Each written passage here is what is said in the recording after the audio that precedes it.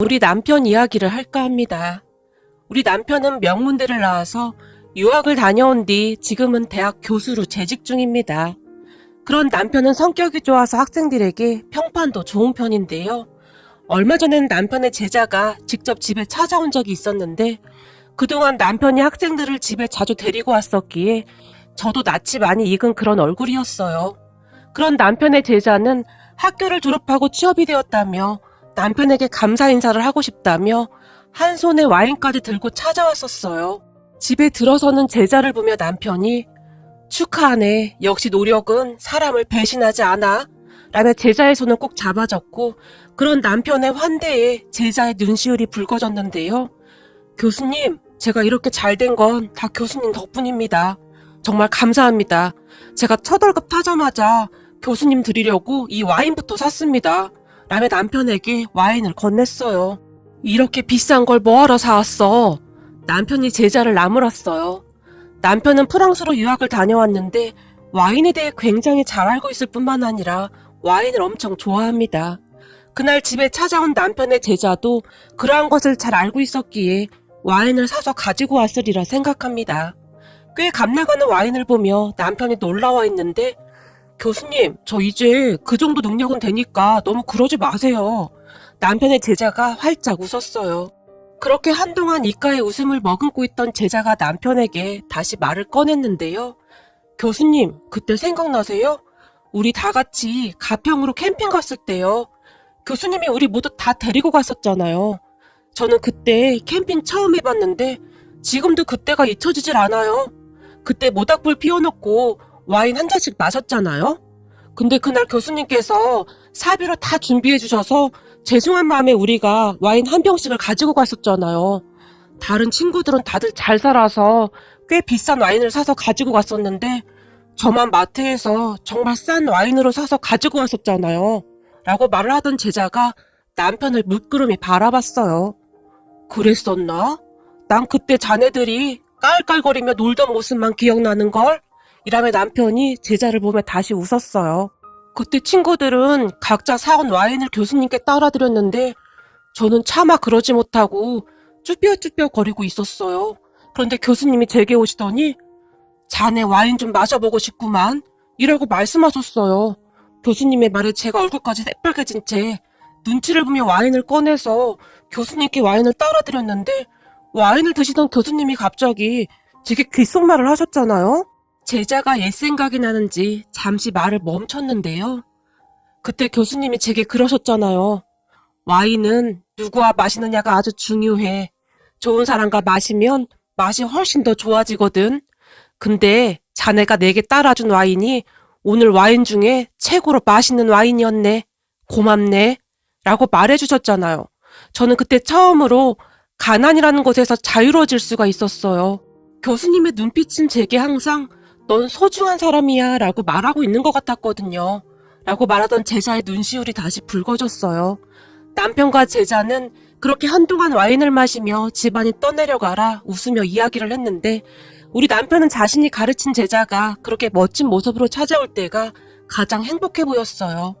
물론 가끔은 그렇지 못한 제자들도 있었지만 남편은 그저 묵묵히 제자들을 위로해주고 등을 토닥여주는 마음 따뜻한 참된 스승이었어요.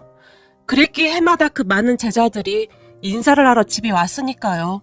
그런 우리 남편은 돈이 꽤 많은 편이었는데 시부모님이 상당히 부자였기에 남편에게 꽤 많은 도움을 주셨거든요. 그런데 남편은 그렇게 받은 돈으로 집안이 어려운 제자들의 학비를 내주기도 했고 혹여나 몸이 아픈 제자를 위해서 망설임 없이 병원비를 내주기도 했어요. 주변 사람들은 그런 남편을 보며 성인 군자라는 말을 할 정도였고요. 물론 저도 그런 남편에게 어떠한 말도 하지 않았는데 어차피 그 돈은 시부모님이 주신 돈이었기에 제가 상관할 바도 아니었으니까요. 거기다 좋은 일에 사용을 하는 것이니 오히려 더욱 남편을 응원할 뿐이었어요. 사실 우리 남편이 똑똑하고 마음도 따뜻해서 어디 하나 나무랄 데가 없는 사람인데요. 그런 남편에게는 좀 독특한 부분이 있답니다. 대부분의 사람들은 남편을 처음 보자마자 대한민국 사람 아니죠? 라고 물었거든요. 그러니까 남편의 외모를 잠시 설명하자면 얼굴이 까무잡잡한 데다 몸도 굉장히 왜소하고 키도 많이 작은 편입니다. 그러다 보니 처음 보는 사람들에게 오해를 사기도 했는데요. 우리 부모님께 첫 인사를 드리기 위해 친정집에 들어서던 순간 남편을 보자마자 놀란 듯한 부모님과 남동생의 표정을 지금도 잊을 수가 없네요. 하지만 우리 부모님은 놀라운 속도로 표정 관리를 하시고는 우리 남편과 대화도 하고 즐거운 시간을 보냈는데요. 남편이 돌아가고 난 뒤에 엄마가 혹시 혼혈 그런 거 아니지? 아무리 봐도 우리나라 사람 같지가 않던데? 라며 제게 살짝 묻기도 했지만 엄마 100% 대한민국 사람이야. 그리고 혼혈이면 뭐가 어때? 그게 뭔 상관이야. 난 지금껏 저런 사람 본 적이 없어.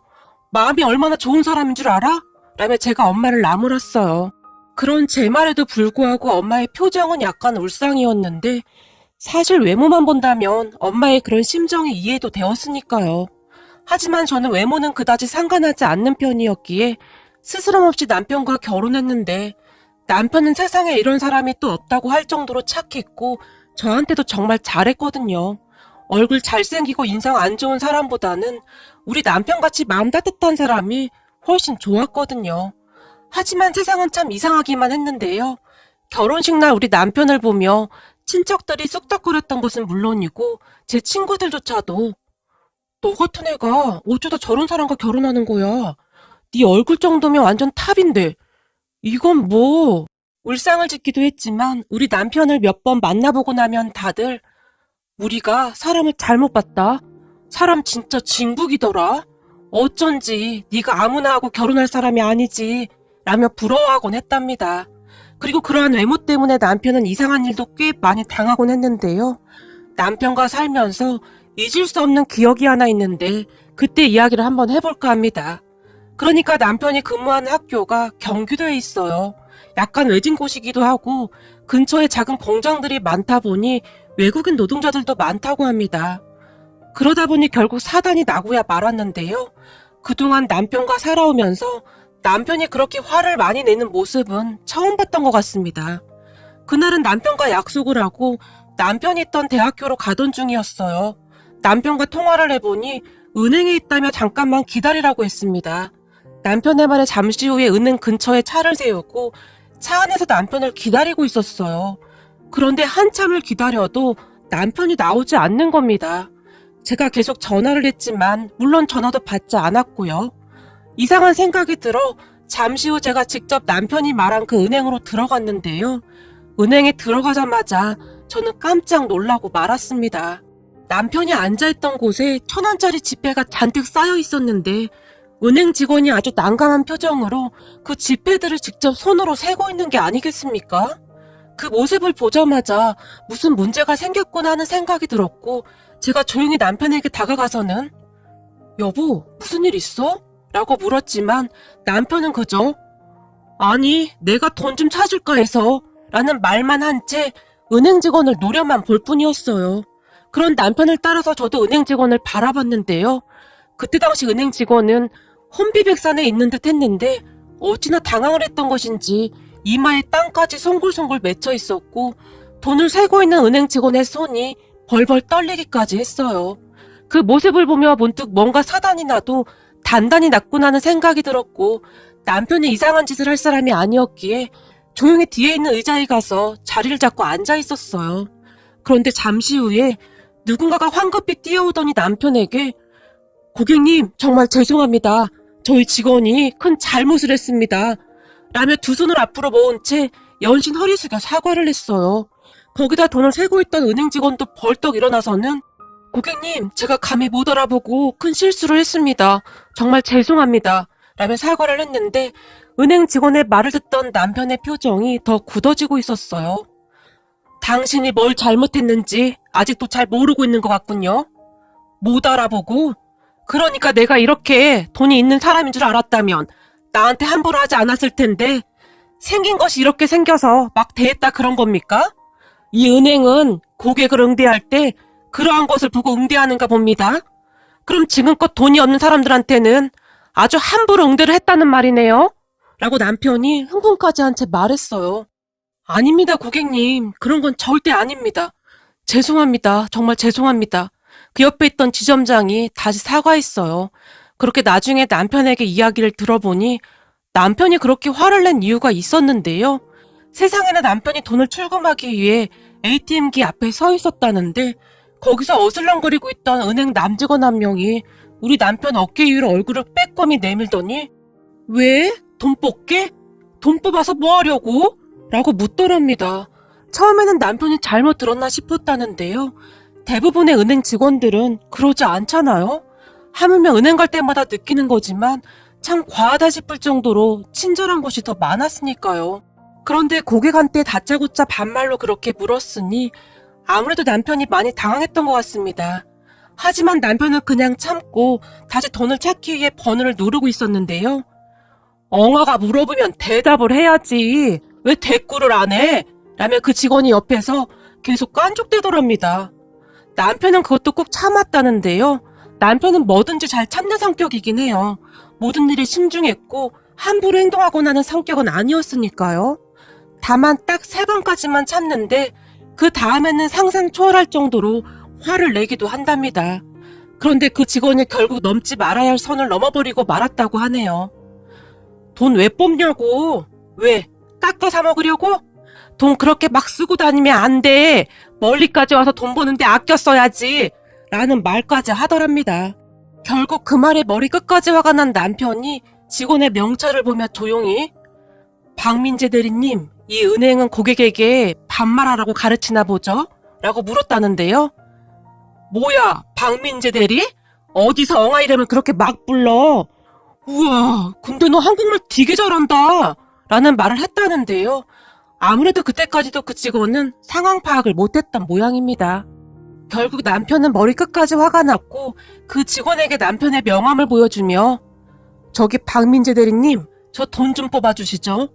제가 한 1,000만 원쯤이 필요할 것 같은데 그 돈을 전부 1,000원짜리로 뽑아주시죠. 라고 말을 했다는데요. 남편의 명함을 보고 이미 혼비백산한 직원이 어쩔 줄을 모른 채 허둥대고 있었답니다. 그런 직원을 보며 남편이 한마디를 더 추가했다고 하네요.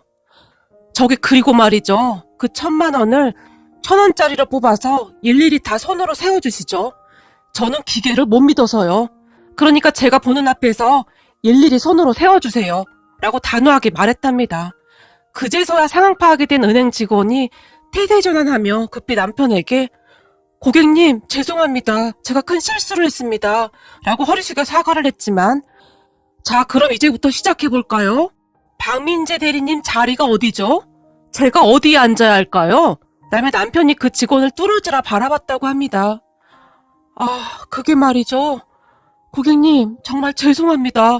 라고 직원이 연신 사과를 했지만 남편은 그저 자 빨리 1,000만 원을 전부 1,000원짜리로 찾아주세요. 라고 인상까지 쓴 채 말했고 말이죠.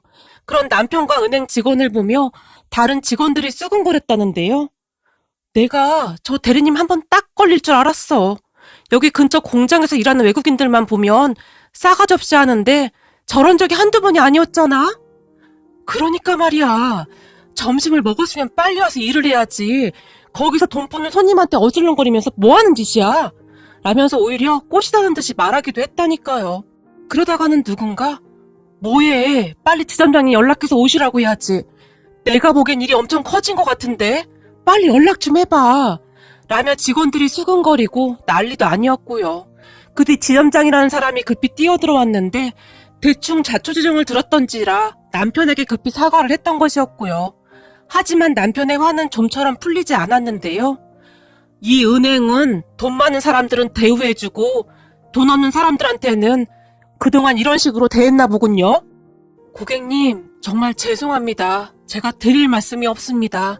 라며 지점장이 우리 남편을 따로 데리고 어디로 들어갔는데 저도 얼떨결에 남편을 따라 같이 들어가게 되었어요.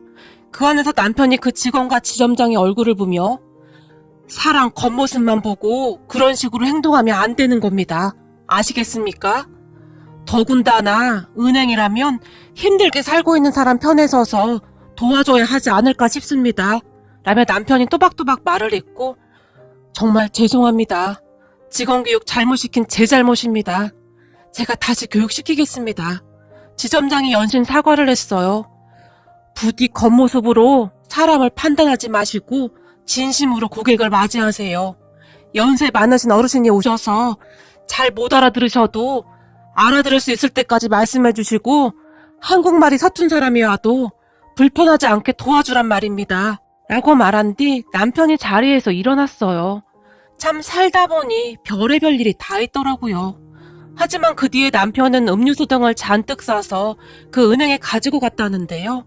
은행 영업 중에 소란스럽게 해서 죄송했다며 직원 한 분 한 분에게 직접 음료수까지 돌렸다고 합니다. 그런 남편을 보며 은행 직원들이 큰 감동을 받았다고 하네요. 이러한 일을 겪으며 외모만 보고 판단하는 사람이 많다는 것에 대해 놀랍기도 하고 실망스럽기도 했는데요. 외모보다는 인성이 먼저 아니겠습니까? 제가 우리 남편과 결혼하겠다고 했을 때 다들 저를 이상한 눈으로 바라봤었는데요. 하물며 고모는 내가 들어보니 돈이 꽤 많다고 하던데 돈 때문에 결혼하는 거니? 네가 왜 그런 결혼을 해? 네 집이 못 사는 것도 아니고. 우리 사위 좀 봐라. 인물 훤칠한 게 어디 내놔도 아주 손색이 없지. 내가 우리 사위만 보고 있으면 아주 배가 불러. 라는 말도 서슴지 않고 했었는데요. 그 말을 듣던 우리 아빠가 얼굴만 번지름하면 뭐해. 우리 김서방은 내가 보증한다. 사람이 아주 진국이야 진국. 이라며 활짝 웃었어요. 그런 아빠의 말에 고모도 지지 않았는데요. 에이 아무리 그래도 사람 외모도 무시 못하지. 라며 끝까지 우리 남편을 무시했었어요. 하지만 시간이 지나면서 우리 남편의 진가가 드러나기 시작했는데요. 우선 양가 부모님에게도 그렇게 잘할 수가 없었는데 이런 사람이 없다고 할 정도로 한결같이 정말 잘하거든요. 그에 비해 고모 사위는 얼굴이 잘생기긴 엄청 잘생겼지만 회사도 몇 번이나 옮겨 다니며 속을 썩히더니 얼마 전엔 새로 이직한 회사 여직원과 바람까지 나서 집안이 발칵 뒤집어졌다네요. 둘이 이혼한다 만다 그러고 있다고 하는데 고모가 우리 친정에 찾아와서는 얼굴 뜯어먹고 살 것도 아니고 얼굴 잘생긴 거 다 쓰잘데기 없는 짓이야. 맨날 딴짓거리 할 생각이나 하고 있고 그렇게 헛짓거리 하고 다니는 게 벌써 몇 번째야. 사위는 말로는 여자들이 자기를 가만두지 않는다는데 그게 말이나 되는 소리예요?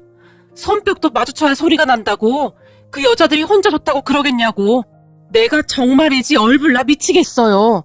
라며 아빠를 붙들고 한동안 하소연을 하다가 갔다고 합니다.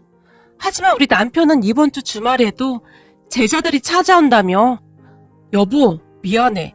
근데 이 녀석들이 자꾸 우리 집으로 오고 싶어 하네. 음식은 내가 준비할 테니 당신이 조금만 도와줘. 라며 제게 미안해하네요. 아니야 괜찮아. 나도 당신 제자들 보고 있으면 얼마나 뿌듯한데. 당신만큼 바르게 잘 돼서 오는 거 보면 당신이 정말 존경스럽고 그래.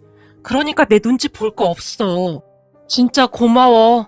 내가 결혼을 참 잘했다니까. 우리 제자들이 나만큼이나 당신도 좋아하잖아. 암튼 우리 애들 왔을 때 따뜻하게 대해줘서 항상 고마워. 남편은 그렇게 항상 제게 따뜻한 말을 하는 사람이랍니다. 이런 남편을 만난 것도 제 복이라면 복이겠지요. 앞으로도 남편과 함께 행복하게 잘 살아가겠습니다.